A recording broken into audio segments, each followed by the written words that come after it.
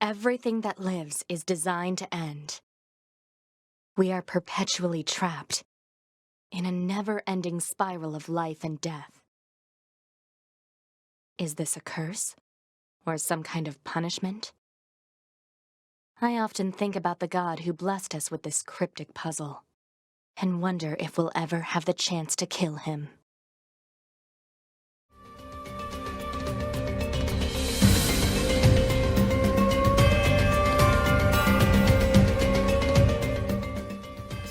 Recently, I've been getting into the Drakengard series, specifically the Nier franchise, due to the latest installment of the series, Nier Automata, and it's my personal game of the year of 2017.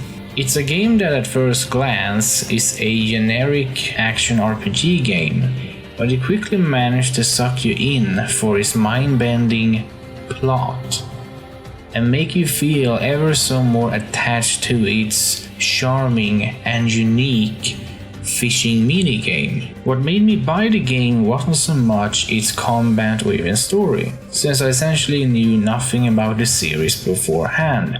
It was, believe it or not, the fact that when I got to try it out, that you could switch out modules for other modules, and while at first glance it's pretty much a standard practice, especially in RPG games, and how it's implemented is not very complex either. Instead, it was due to the fact that when you remove, say, the core module, you quite literally die, and that is one reason how the game is trying to make sure that it's immersive with including such details. But once you're drawn into the game, its excellent soundtrack, scenery, combat, characters, and of course story really makes it stand out. To the point where it felt like a breath of fresh air within an industry that at times can be stale and mundane. Of course, this game's success is due to first and foremost Square Enix for actually greenlighting the project, Platinum Games for developing the game, and of course the father of the whole game franchise, Yoko Taro. The interesting part of Nier Automata is its Socratic questioning, and while this has been highlighted many times before, from what I could find, this is mostly focused on one's personal existential questioning, such as who we are and what is our purpose in life. In Nier Automata, it goes beyond personal existentialism, and instead it explores humanity's purpose and adaptability. The game itself is about the journey with 2B, 9S and A2, but also we get to see as an observer the whole picture of the story. Specifically, it highlights how the android seems to have free thought, but due to them essentially being made for the sole purpose of preserving the only thing left of humanity, its DNA, they are forced to withhold any independent thought or self-awareness beyond what the mission demands. Since after all, that is their purpose, to serve humanity, and to a degree the upper hand of YoRHa. And this line of strict hierarchy, which lacked both the personal intervention and self-awareness, certainly is something that is echoed throughout our society, and will be for the foreseeable future. Being alive, after all, is a constant struggle with your inner self and your well-being, but also taking care of those around you, no matter the consequences of doing so. This in contrast to the robots, or simply the machines, which were built by the aliens that invaded Earth, to be capable of sustaining itself indefinitely, and it did this by constantly adapting to new environments while being perfectly synchronized with each other. Nonetheless, the androids and the machines is now deadlocked in a war that seems to have no end in sight. What I noticed while reading up on Nier and its lore is that there is some disagreement on whether or not Nier Automata is a never-ending cycle, and personally my interpretation is that there is a cycle between 9S and 2B, in which that YoRHa tries to make 9S never find out what is really going on, and 2B, which in reality is a 2E unit. And for those who do not know the difference, the B-type is a battle-type android, thus it's specialized in doing the heavy-handed combat. A E-type is capable of doing the same as a B-type, but they are specialized to infiltrate and execute any android that has deserted or may jeopardize the goal of YoRHa. 2B is tasked with killing 9S after a certain point. However, whenever it's cruel fate or intentional that 9S death is always caused as a result out of compassion for each other, it is clear that this cycle is both cruel and torturous for both 9S and 2B replicants. This begs the question why. Isn't it better to simply stop making 9S and 2B replicants? The answer is quite simple. 9S is simply too good as a S-type android, whose task is espionage, data collection, and reconnaissance. And as such, he's a very valuable asset of YoRHa, albeit quite hard to control. But is there then an endless cycle of war going on between the androids and the machines? Is it all repeated until the desired result is fulfilled? It's a yes and no answer, to be frank. War is an endless cycle of death. While the war may end one day, it will have a vicious cycle of despair, hopelessness, and ultimately death. The war with the androids and the machines is a deadlock war. A war where there is an unintended cycle of stagnation on both sides. Of course, this cycle is broken when the machine starts to prepare to transfer its arc to somewhere else. But of course we need to know why. Why is it that androids and the machines are fighting each other? At first glance, when we get to meet and fight the robots, who seems to have no will of their own and never step out of their intended protocol, which is to destroy humanity and the androids. However, as the game progresses, it becomes apparent that there is more to these robots than them simply functioning as a mere hive mind. Take for instance the machines in the desert. These machines seem to act very strange compared to the other machines encountered so far. They are far more mad and brutal than their city counterpart, and it is through this madness that they give birth to Adam and Eve. When 2B and 9S encounter Adam, he is harmless at first, to the point where he even asks why the androids are fighting, to which 9S orders to kill Adam. After Adam's death, this somehow gives birth to Eve, much in the same way as Eve in the Bible. This then brings up the question of exactly what is Adam and Eve's purpose. For Adam, we see him being more of the sophisticated type of the two. But as with almost all machines, he is the android's enemy that is interested in killing 9S and 2B, but it isn't his main purpose. Instead, it's about curiosity and knowledge. Instead, it's pretty evident that Adam's curiosity about life goes beyond any instinct left in him to seek out the death of the androids. The reason for his act of wishing death upon either himself or 2B seems to have more to do with the fact that he came to a conclusion that many humans has throughout history come to, that pure emotion can only come through an intense desire to be reckless, since it is through being reckless that you can experience the uncontrollable emotions of pure hatred, wrath, and joy. In a way, the same can be said about Eve, whose main purpose was affection for his brother. This love ultimately serves the same reckless outcome as Adam. Once Adam died, Eve started to become much more reckless and has little reason to hold back against the androids. And while we may judge the machines as being this collective unit, ironically they are technically more free to do as they please than the androids. It's just that most machines has stuck with the general protocol of continuing to eliminate its enemies. That has been their purpose, and only certain machines has chosen to try and find a new purpose. But no matter the purpose of the individual machine, the overall purpose of all machines is to collect data in order to adapt into a more sustainable machine form. The same goes with Adam and Eve.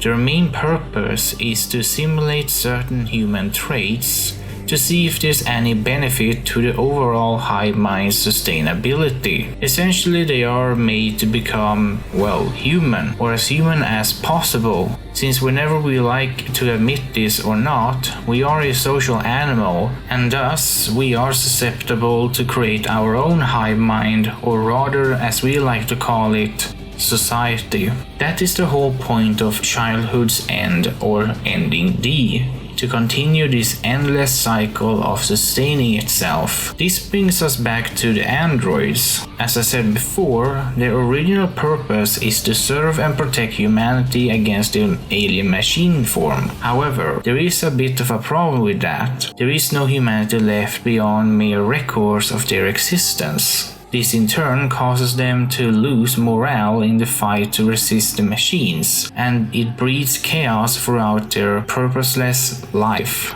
Thus, there needs to be a new purpose for the androids. This new purpose, as 9S explains it, is the creation of a god. 月面に人類がいるかのように偽装してアンドロイドたちの士気を高める計画だ。だけどジニアの計画は不完全だった。月面のサーバーを管理する衛星軌道基地、そこから情報が漏れる恐れがあるからね。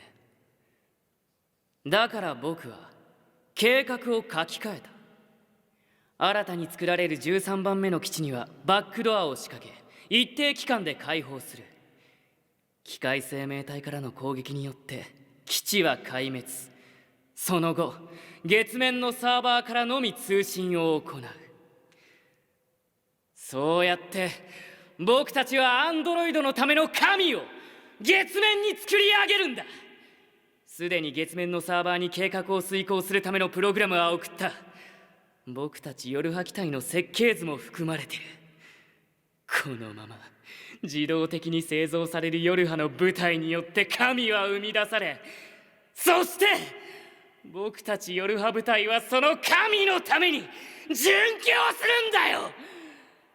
ねえ2号。This god, as 9S puts it, will make the androids have a new and more fulfilling purpose. Since with every god it will be too abstract to question the supposed existence of this god, but perfect for making sure that the androids that are emotionally driven enough through devotion shall have the needed morale they so desperately needs. Of course, the irony of this is that due to the fact that the androids were programmed to defend and rebuild humanity, they were already creating a make-believe tale of what humanity is, almost like a deity. Of course, this god within the game isn't as well established as one might imagine, since you will notice that in Nier Automata, it seems as if it is a godless world. There's no mention of either god of Drakengard, nor their creation, the Watchers, the ones that caused the Nier timeline in the first place. Instead, the machine forms, which includes the androids, make up their own gods. For androids in Nier Automata, it's a mixture of humanity and the structure of YoRHa itself. In fact, this sense of dedication goes so deep that the androids resent Devolva and Popula due to what their original replicants did in Nier. And for the machines, it's a little bit skewed exactly who this god is, given that the A route doesn't show the machine's perspective, and thus the machines you encounter who pray to a god seems to be quite bizarre, and it raises the question as to why. One explanation for this is from a cutscene in 9S route, showcasing a gigantic entity who is giving out to the machines the meaning of life. Once, long ago, a volcano erupted. From the fires of the eruption, a god emerged. One day, the god appeared before the machines and said, "Consciousness, pain, joy, misery, fury, shame, desolation, the future, the meaning of life."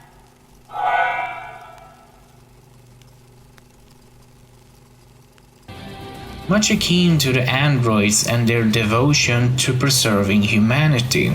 However, it isn't until you played through Route C that you might recognize this entity being the boxes. This one in particular highlights the God box, and to summarize, the box's purpose is to essentially create new machine forms. It is unclear who it was that developed the machines to have this sense of purpose, and thus wanting a god, but given that they killed their own creation, it is then safe to assume that the network either reworked the code that originally made aliens be seen as god, or that the network simply took after the androids and/or humans. And in a way, it makes sense. Loyalty is and has always been a top priority for any group seeking to have authority, and thus even machine forms would be foolish as to not at least try and mimic human religion to instill a purpose that is abstract enough to rarely cause the individual to question or lose hope of their purpose. The group that creates this imaginary god or god status to act as the group's unquestionable invisible leader essentially serves as a tool for the group to instill loyalty, control, and ultimately a common goal under the disguise of God's plan. And why it's so effective is that it's nearly impossible to spot inconsistencies in something that is not observable. The claim of a god's existence and the willingness to believe in this causes a collective mindset that only a few will dare to stray away from. With that said, there is one key element left out of Nier Automata, and that is, believe it or not, the observer, or rather the player.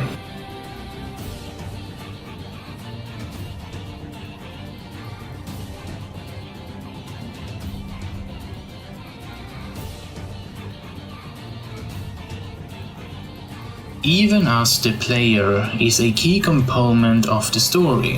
While we may not break the fourth wall, except for a tiny little event in the game, the player is supposed to sympathize with the machine forms. Since if we look at the machines and the androids struggle with their inner self, it's hard not to self-reflect upon the similar struggle we humans also face, such as the fact that most of us rarely falls out of line. We are after all wired to be social and seek stable social interactions. Thus, most of us will always regard true individualism as a form of total chaos and isolation. Which is the main point about Nier Automata, allowing the player to reflect upon certain scenarios that is similar to how it is in our world. As explained before, the machine's struggle with finding a purpose is something identical to what humanity has had to struggle with ever since we had a conscious mind. And using a deity as a way to fill that void has been met with both zealousness and detachment from our reality. Of course, this has over time fallen apart, and instead we've tried other means to have a sense of purpose. However, just like with the machines, it all boils down to one single main purpose: survival. For us humans, the greatest strategy to survive has always been to adapt. Which brings us back to Adam and Eve. Adam is supposed to represent our curiosity and thirst for knowledge, even if it's in the most reckless way imaginable.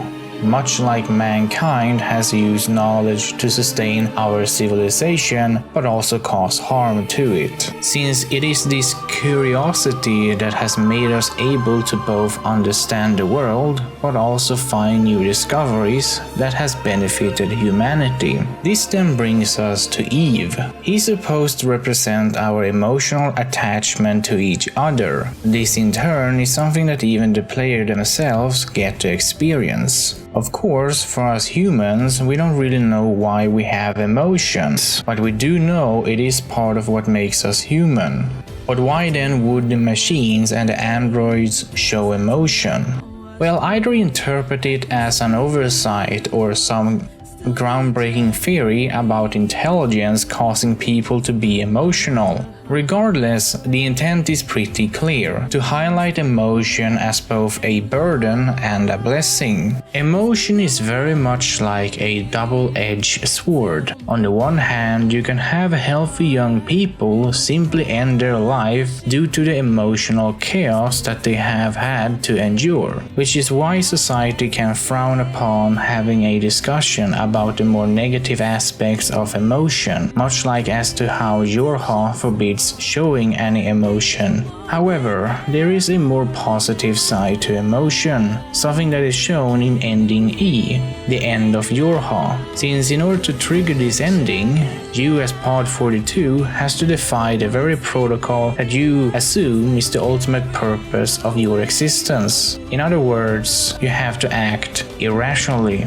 since emotions have allowed us to have compassion for others, to take care of those whom we would otherwise regard as worthless, deprived, and rationally a human we should simply ignore and leave behind. But also, emotions allows us to define expectations, where we are able to find hope in a scenario where rationally there doesn't seem to be one. This is partially why emotions is a key trait to being human. Ironically enough, it also keeps us wanting to be alive, so that we can experience the world around us and in the end perhaps find our own joy and a bonding with others.